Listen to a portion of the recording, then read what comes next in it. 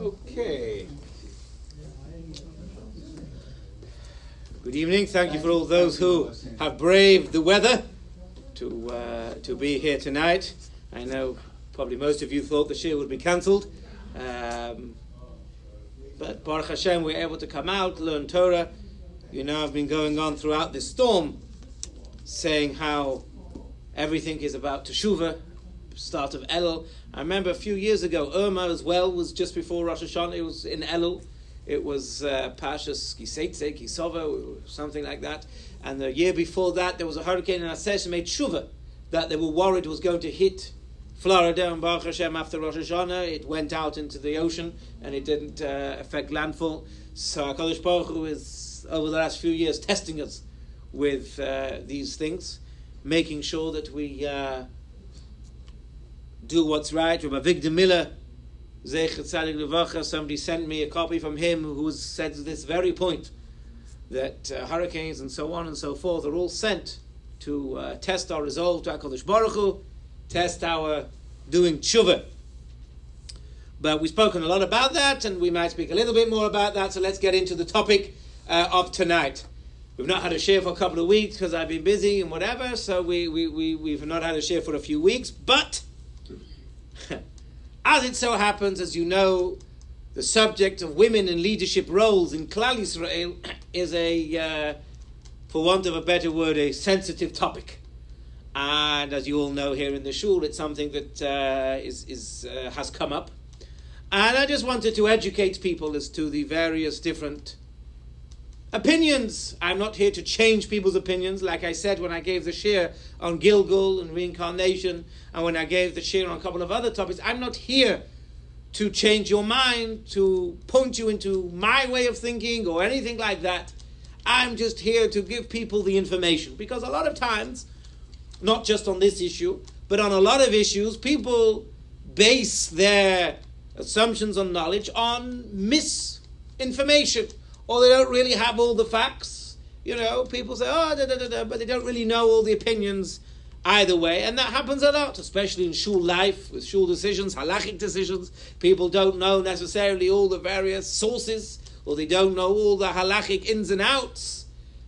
So, I would like to educate people, just like I did the other day with the early slichos, although I may have a compromise for that.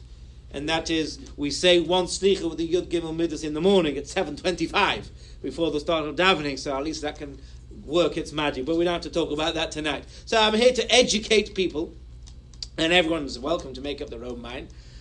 But as it just so happens, the whole basis, the whole topic of women in leadership roles is all based on this week's Parsha. So that's why it fits into my Parsha class. So that's why I thought, we're doing a Parsha class, I better talk about this. As you know from some of my other shirs on homosexuality and some of the other topics, I'm not afraid to discuss difficult topics, taboo topics, controversial topics, pardon? I was looking to see if there are any women with Yes, it's quite ironic. Yes, the shir about women has no women, but maybe some women are watching, I don't know. But this shir is recorded, as you know, it'll be on YouTube. And maybe some of the people involved would like it sent out. Depends on what I say. But anyway, so it's based on this week's Sedra.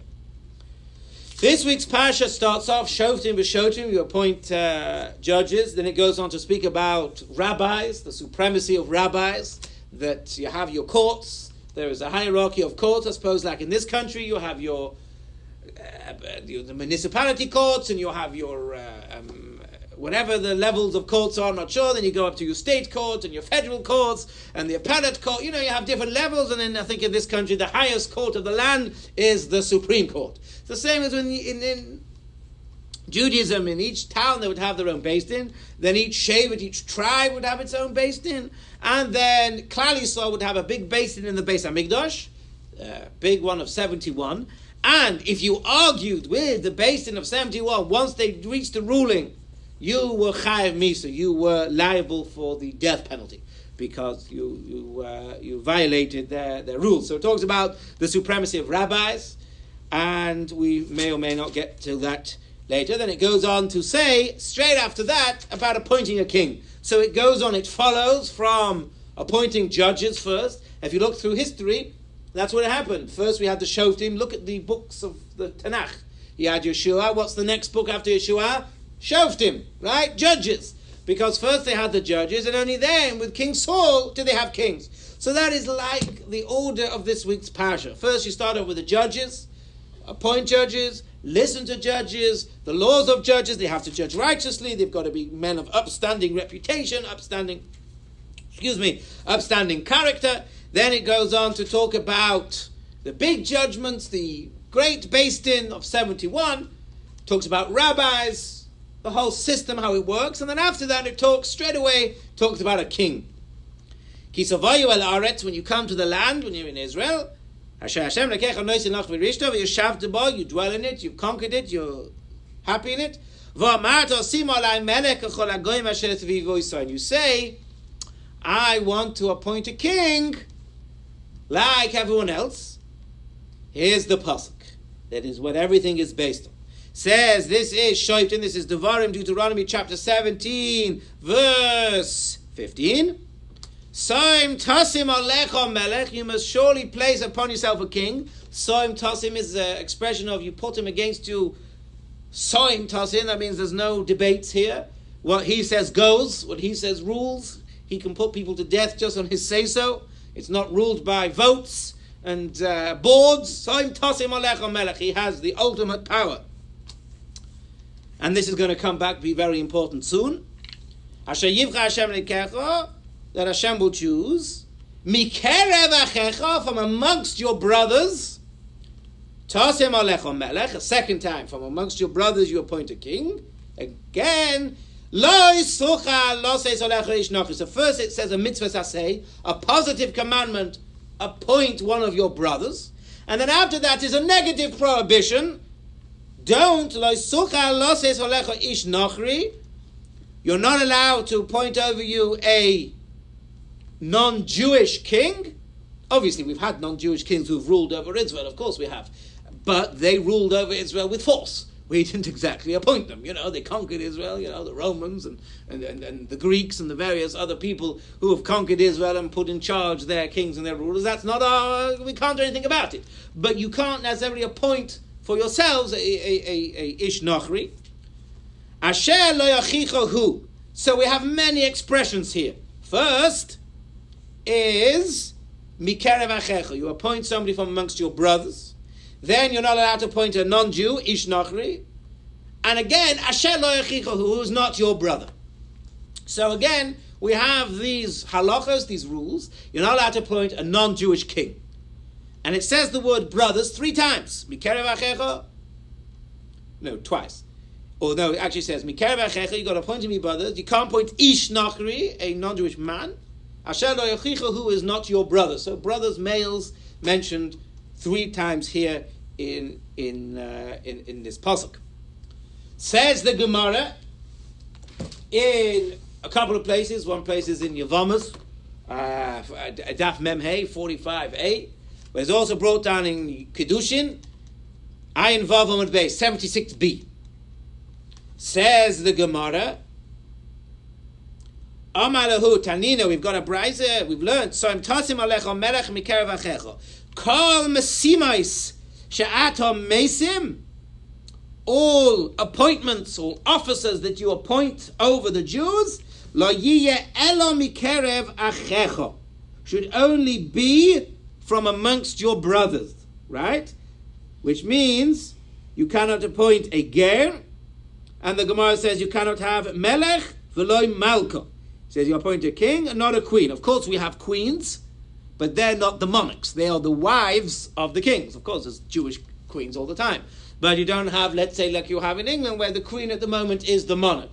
Melech v'loy malka, king and not a queen. Ish v'loy isha, man and not woman.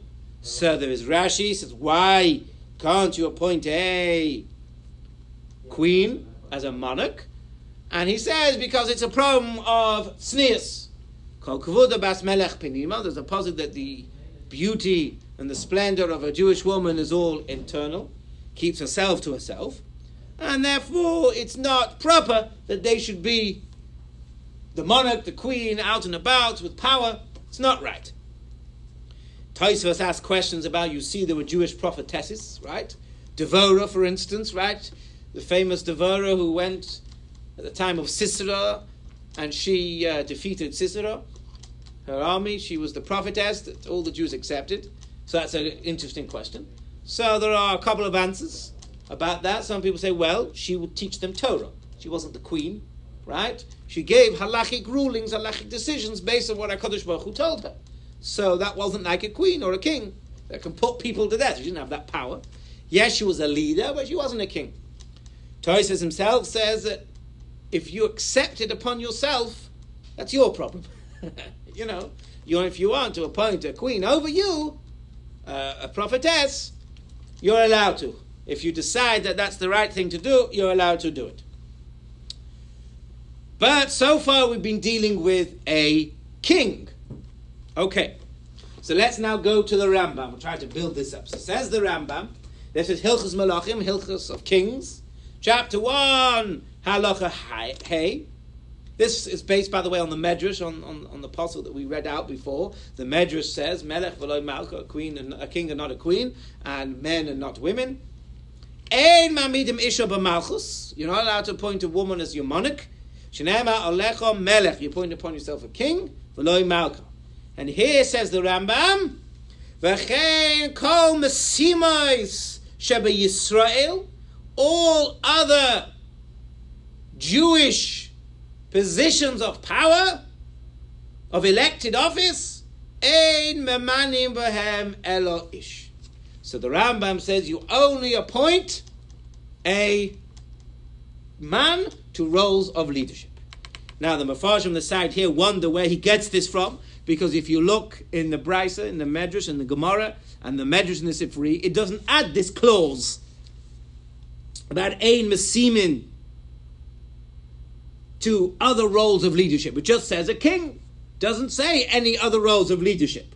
So they question where the Rambam got this from, and they even say further that the Gemara goes on to say about you're not allowed to appoint a ger as a king either, even if he's a ger tzedek, he's a convert, he's very, very, very knowledgeable. He has got Yirah Shamayim, the fear of heaven. He is unbelievable. To be a prophet, there was obviously who was the prophet who was a ger?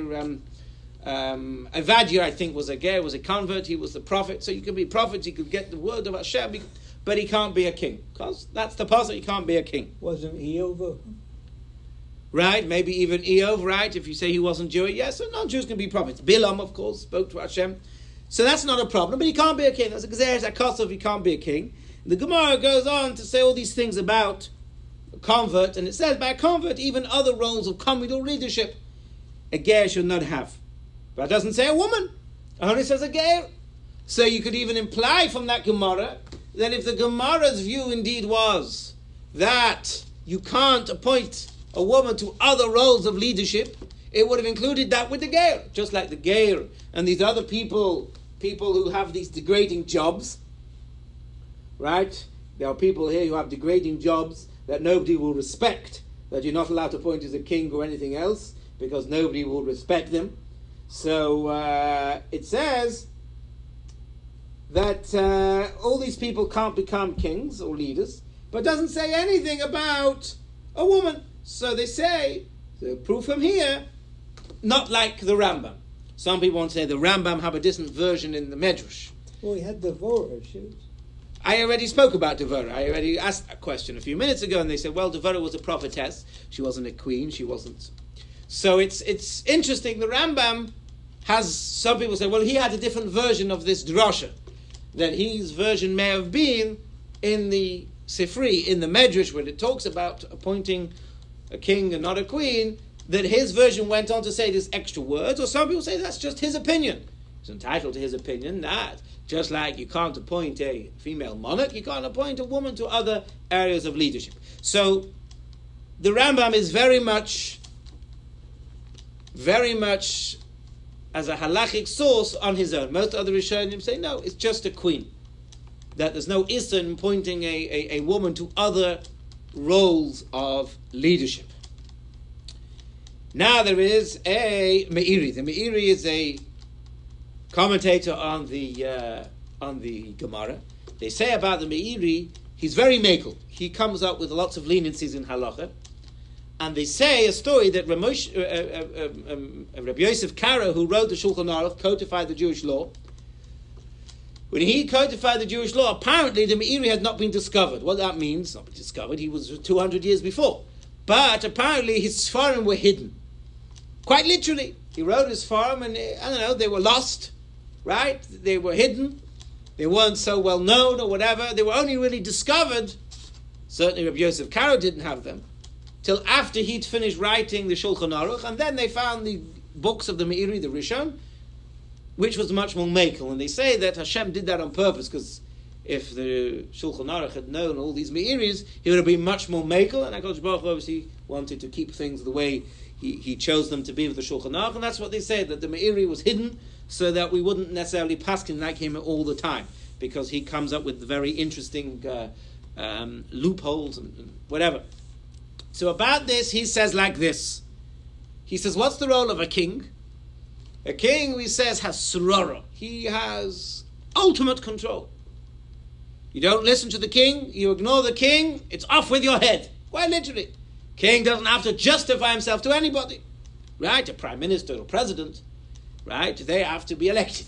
So they have to, at some point, justify themselves. And at some point, they have to listen to what you're saying, because if you don't, they're not going to vote for you. And, the president can't come to you, I believe, and say, off with your head. I don't believe he has that power. So he doesn't have ultimate power. So much so, there's a whole machlokas, can you make a bracha on seeing a president? We make a bracha, you see a king or queen that has power, you make the special bracha because they could put you to death. So the question is, if a president can't put you to death, they don't have that ability, then they're not really a king or queen, and you can't necessarily make this special bracha on them. So that's a point for another time. Comes along the Meiri. I've got the wording here. Says the Meiri as follows. Kishe'ein imam Yisrael, eim man in oisai az l'shum serarrah. When he talks about a ger, he says that if his mother was not Jewish, he may not elect him to office. Ela metzarfin oisam in acherim. You join him together with others. And you elect them together. What is this talking about? This is basically talking about a board who has a vote. I don't know how it works in every shul or every situation, but most boards are democratic. They go by votes. Some boards have a president, maybe has a casting vote. But most boards, the vote of the president, he cannot overrule the board. If the whole board vote against the president, his vote doesn't outweigh everything else. Most people don't even give the president a double portion of votes, If it's equal, maybe his view wins the day. Some people have it set up that way. So that's what Meiri is talking about. If you elect collective authority, you're not really in charge. You might think you are, excuse me, Mr. President, you might think you are, but you're not a king, because you don't really have power, because you vote, everything's votive, it's collective authority. So you lack the characteristics of a monarch, and therefore there's no problem of appointing a ger, and the same reasoning would be for a woman too, that because it's not absolute power, like a king or like a king, it's therefore permitted. And this is how indeed the Tzitz Eliezer, Eliezer Waldenberg, I don't know if you've heard of him, very famous Dayan, he died in 2006, something like that, 13, 14 years ago. He was a very, very, very big modern day posek, wrote a lot of halachas for Eretz Yisrael. He was very, very, very big in the areas of medicine, modern medicine. He tackled a lot of the modern shilas of IVF and tackled a lot of these shilas of abortion, and he has lots of interesting expositions about all these new types of things that are coming out, diseases. In fact, he's one of the opinions that forbids elective surgery on anything that's not essential or in pain, because he holds that's forbidden of taking your life into your own hands. He's very particular about that any cosmetic surgery is forbidden, and he has some strong forthright views on abortion. Certain times it's allowed, certain things, and he talks about transsexuals and that sort of stuff. Tackles a lot of these modern day medical things. Big Talmud Chacham in that area. And he wrote a sefer called Hilchos Medina, talking about halachas of Eretz Yisrael, the government, and so on and so forth. And he said it's permitted for a woman to be elected to the Knesset for this very reason, that you are not really, even if you are a minister, you're not really having ultimate power. I mean, you look at Israel now, and anybody has ultimate power there.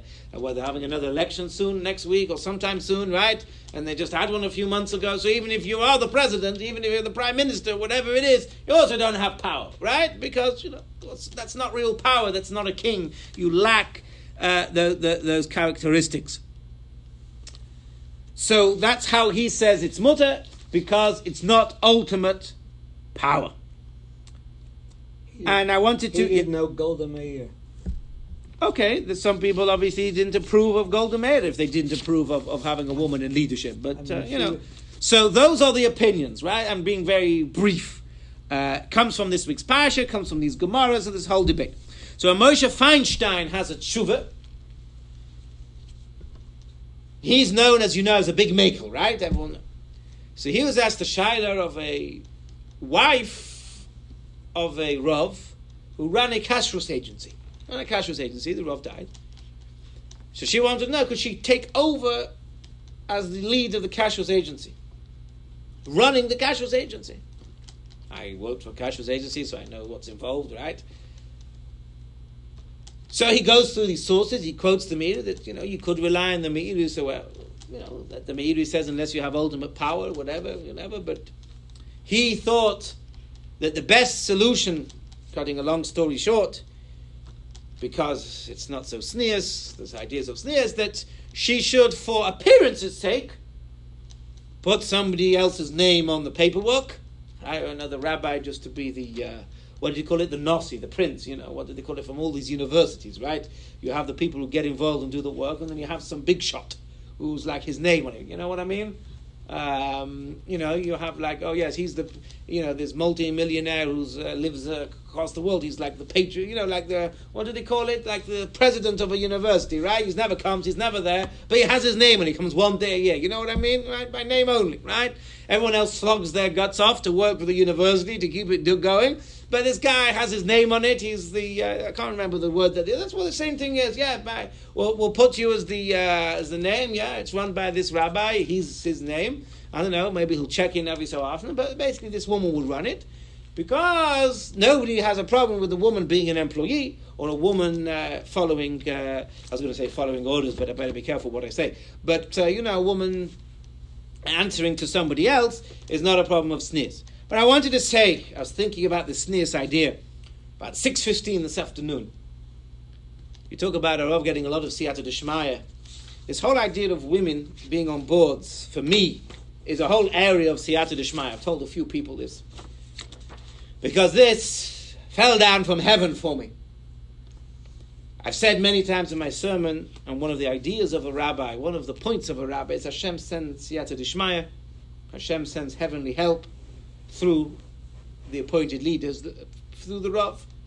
No matter whether the Rav is the cleverest, most knowledgeable, halachic person in the room, doesn't matter. And it's clear in the Svarim about that. It's Hashem, if whoever is appointed the leader, Hashem, that's his conduit. Like Hashem doesn't deal with mere mortals, in that sense, right? I have to deal with the leader.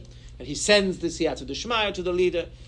And I said stories many times about how things pop into my head. I see things, especially for my shiurim that I gave over a few weeks ago, these deep philosophical shiurim, how I found a sefer fell off a shelf, I just happened to be looking something, I heard something, I read something. Happens many, many times.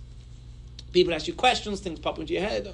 Like last week, I heard something about one area of halach that I never knew before, about something that somebody says that these are the parameters, and then with the hurricane, somebody asked me a shaila, and I was able to put the two parameters together. So Hashem looks after rabbis and gives, especially if you daven, you get a lot of siyata d'shmaya. Of that, there's no question. I've seen it myself. I mentioned it many times. But no more so than this book called Daf Halacha, which is a series that was in England, written by Rabbi Isaac Bernstein in the 1990s. early 1990s. Unfortunately, he died before he could complete his mission. And my shul in England, they actually went on to appoint a woman as a president, but this time they were going to appoint a ger. A ger as a president. And another ger came to me. I said, Rabbi, this is not right. I was told when I became a ger, you must never be a president, you must never be in leadership roles. It's not right. How could you allow it? How dare you allow it? Those were the days where the rabbi could do these things, you see. Anyway, so they said, so I was a bit stuck. I didn't know all the sources. So I said, let me get back to you. That afternoon, this was Shabbos morning. That afternoon, I was in the Beis HaMedrash of the shul, and I was pulling out a sefer, and out from between the sefer fell a bunch of these pamphlets, Daf Halacha, and what was the first one, sunny side up, as they say, was this, Women on Synagogue Boards, which goes on to talk about the whole things I've described, women in Gerim. So when I saw him next, I was able to tell him all the sides, all the ideas backwards and forwards, make it look like I was a very clever man. Didn't do any good because he left the shul anyway, but that's his prerogative. You know, as I say, I'm not here to change anybody's minds, but at least I could tell him how it was justified and why it wasn't a problem, and so on and so forth. So this whole idea of this is siyata d'shmaya, literally falling down from heaven, which is why I don't have a problem with it myself, because that's what Hashem showed me when he sent me this down. That's what he was obviously trying to tell me, that he wanted me to paskin this way, that he wanted me to have my views shared with what it says in here. Obviously, otherwise, why did he throw it down at my feet? So again, at 6:15, I was just thinking, going through my share again, once it was finally decided that it was on, and the email and voice message had gone out, so I was going through what I was going to say, how I was going to say it. Then I remembered that when we were doing the Daf Yomi and I was learning in Ksubas, I remember there is a explanation of the Gemara website called Daf Digest. They send you sheets, you get emails, you can go on the website, look at them on halachic insights and so on. And I remembered something that Reb Shlomo Zalman Auerbach says, and I scrambled because I remember I printed it out because things that I find unusual, and I print them out and keep them in my special place that I can keep them and refer to them. So I was able to scramble, and Baruch Hashem, I found it because I wanted to read it out. And I just found that even marked it where it was. There is a prohibition of walking behind a woman. The Gemara talks very, very, very, very badly about men who walk behind women, because you see the way they're walking. It can be considered a turn on. It's a big problem, and one's not allowed to walk behind a woman and walk in other ways and find different paths, and so on and so forth. So says Reb Shlomo Zalman Auerbach. I'm not going to go through the whole backwards and forwards here because it take too long. Says Reb Shlomo Zalman Auerbach, he infers from the language of the Shulchan Aruch that this restriction no longer applies. The Shulchan Aruch writes that if a man comes upon a woman in the marketplace, he should not walk behind her and find another way. His language indicates that it was uncommon for women to be found in the marketplace, and therefore, if there was a woman who happened to be there, it is likely the following will generate improper thoughts. Nowadays, however, since there are so many women around in public, the restriction no longer applies. The rationale is that even if one attempted to go a different way to avoid following a woman, he would in all likelihood find himself behind another woman. Therefore, one could argue the restriction is no longer in force. So Baruch Hashem, I found it so I can read it out. So you see, in eras of sneers, things do change. You know, halacha and rabbis are very flexible, within reason, with what they think. Halacha is a very flexible, moving area, as you see from this. In fact, and this is meant as a criticism, so please take it as a criticism if you feel it's directed at you or anybody listening. Rabbis and halacha are very, very flexible, but you know who's not flexible, ironically enough? People. Shul goers. They're the ones who are not flexible. Oh, we've done it this way, we can't do it. You know what I mean? So rabbis and halacha can be flexible, but yet people are not flexible. You could say, oh, rabbi, you're not flexible. And sometimes it will actually, we're some of the most forward-thinking flexibility within what we believe is the area of halacha. The pasuk at the beginning of this Seder says you've got to listen to the rabbi. You cannot turn al yamin or ismail. You can't go left or right. Says Rashi, what's this strange expression? Even if they tell you that your left is your right and your right is your left, you have to believe them. It's a strange thing. Well, if the rabbi tells me that this is my left hand, not my right hand, I have to believe him. Was he going to tell me stupid things now? So there are many explanations. One explanation is, if I'm to think this is my right hand, and the rabbi tells me actually it's my left, what he's trying to tell me is, you're going the wrong way. You're going the wrong way. You've got to turn around. You think you're going towards heaven, actually, you're not. You're going the wrong way. And if you turn around, obviously, then your right becomes your left becomes your right. You're going the wrong way. Turn around. Nowadays, you could say everyone fights about left wing, right wing, all this sort of stuff. The rabbis will say, no, what you think is left is really right, what you think is right is really left, but that's a discussion for another time, and so on. So, the rabbis are the ones who get the siyata shmaya and know what to decide. So the rabbis in halacha can be flexible, but people are not flexible, right? They accuse the rabbis of all sorts of things, but people are not flexible at all. So take that as a criticism, however you want to take it. So the same is with here. You see with this area of sneers, a lot of this idea of a woman not being in positions of leadership, brought down in the halachas and the Rishonim, is about this idea that I said, sneers, called kvuda bas melech penima, all the glory of a Jewish woman is inside, and it's not really becoming all this sort of stuff, right? But times have changed. Times have changed. And in the same way as Rabbi Shlomo Zalman Auerbach says, the prohibition of walking behind a woman doesn't apply nowadays because it's just totally different. We're walking behind women all the time. Women are everywhere. It used to be, right, even 80, 90 years ago, right? Before the war, that it was a different world. Now it's a totally different world, as we know. Women have all sorts of leadership roles, jobs. They're much more out and about, shall we say, in society.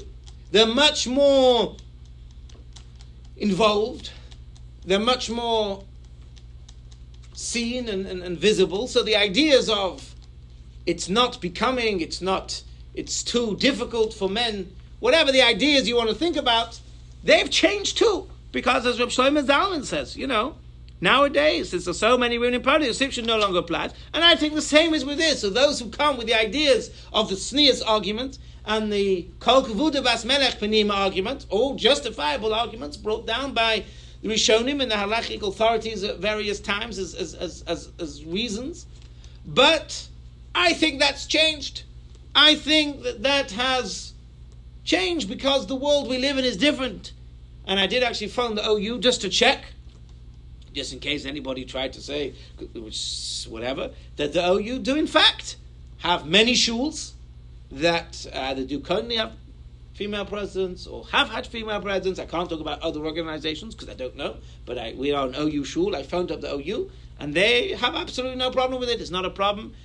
It's not against their rules. So those are some of the arguments. But I'm going to finish off with a bombshell dropped from my very, very British Spitfire. I've actually been on a Spitfire in one of the museums. But anyway, I'll drop you a bombshell. As we know, there's a lot of debate about this. We also know there's a lot of debate about the rabbi, spiritual leader of the shul. Who is the ultimate power? What is it?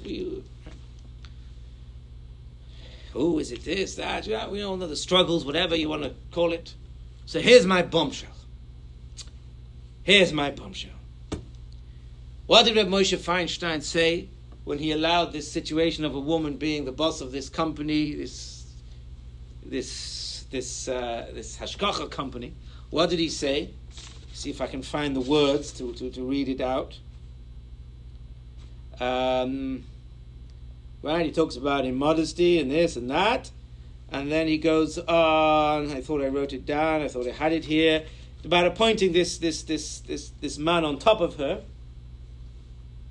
Right, that you should have this man, as the official figurehead. Right, the figurehead, but the woman's running the whole thing with the figurehead. So here's my bombshell. You want to tell a rabbi, you want to infer to a rabbi that he is really the spiritual leader of the shul, that he is indeed the one that sets the tone for the halachic way of the shul. You want to really know how to show the rabbi this, as you appoint a woman president. Appoint a female president. Why?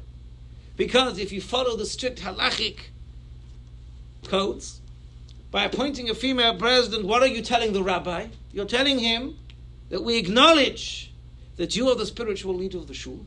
You are the figurehead of the shul. And the president is somebody who works very hard and puts in all the effort and the time or whatever and runs it just like this woman was running this company. Did everything for the Hashkacha agency, did everything she did. But they had the man as the figurehead. He was on the letterhead page. This was the days before websites probably, but he would have been on the website when you log on. So that's what you're telling the rabbi. I believe anyway. I might be fooling myself, I don't know. But that's what you're telling the rabbi when you're appointing a female president. That we are agreeing, Rabbi, that you are the spiritual leader. We are agreeing that you are the figurehead. We are agreeing that you are the halachic authority. And the board are running the shul. You have to have a shul. You have to have a board. Of course you do. You have to run it properly. But that's what I believe you are showing and telling the rabbi when you appoint a female president. I bet nobody saw that one coming. Nobody saw that bombshell coming. So that's how I feel about it. To put the two things together, the two arguments, the two big factions that we hear so much in society today about, a woman, super rabbi, who? You put the two together. And by appointing a female president, you're showing the rabbi, we know where our priorities are. That the rabbi is a spiritual leader. The rabbi runs the halachic and spiritual side of the kehillah, of the community. And the president puts in all the effort, puts in all the work. I'm not trying to say the rabbi does nothing, but you know what I mean. The rabbi the board, the president puts in all the work and the effort under the spiritual guidance of the rabbis. So as I said, those are some of the basic halachic issues, the halachic ideas that go into deciding some of these things. But as I said, we have to remember that whilst people are entitled to their own opinions, of course, people have their own opinions, and as I said when I started the shir, I'm not here to change those opinions, I'm here to give people the ability. We have to remember, we started off tonight talking about the hurricane. We talked about the fact that HaKadosh Baruch Hu, I believe, very much is testing us, reminding us to do tshuva. And over the last few days, everybody's been very much on edge. Everyone's been doing a little bit extra. Look how many people came to Mincha yesterday. Fantastic, right? In the summer, the biggest Minchas we've ever had, just before the unofficial curfew started, or when they thought that all the things were coming. As we said on Shabbos, the expression, there's no atheists in the foxholes. When things are difficult, that's when people, we got to believe in HaKadosh Baruch Hu, thank HaKadosh Baruch Hu. Now the test is, so the hurricane has moved away, so we'll go back to the old ways, and we won't think about HaKadosh Baruch Hu so much, and we won't come to shul so much, we won't do so much learning, we'll go back to doing some of the things we did before. And obviously the challenge is, we're coming up to Rosh Hashanah, Yom Kippur, we need to keep our Kedusha, we need to keep our spiritual journey going, we have to remember that we are the sons of HaKadosh Baruch Hu. Last week said, you're the sons of Hashem. We have to remember we are royalty, we are nobility to Hashem, and we have to remember that at all times, and we have to act accordingly. And that merit and that schus, no matter what happens, may we see coming speedily in our days, Moshiach, to bring us back to Yerushalayim, Amen. Thank you, Rabbi.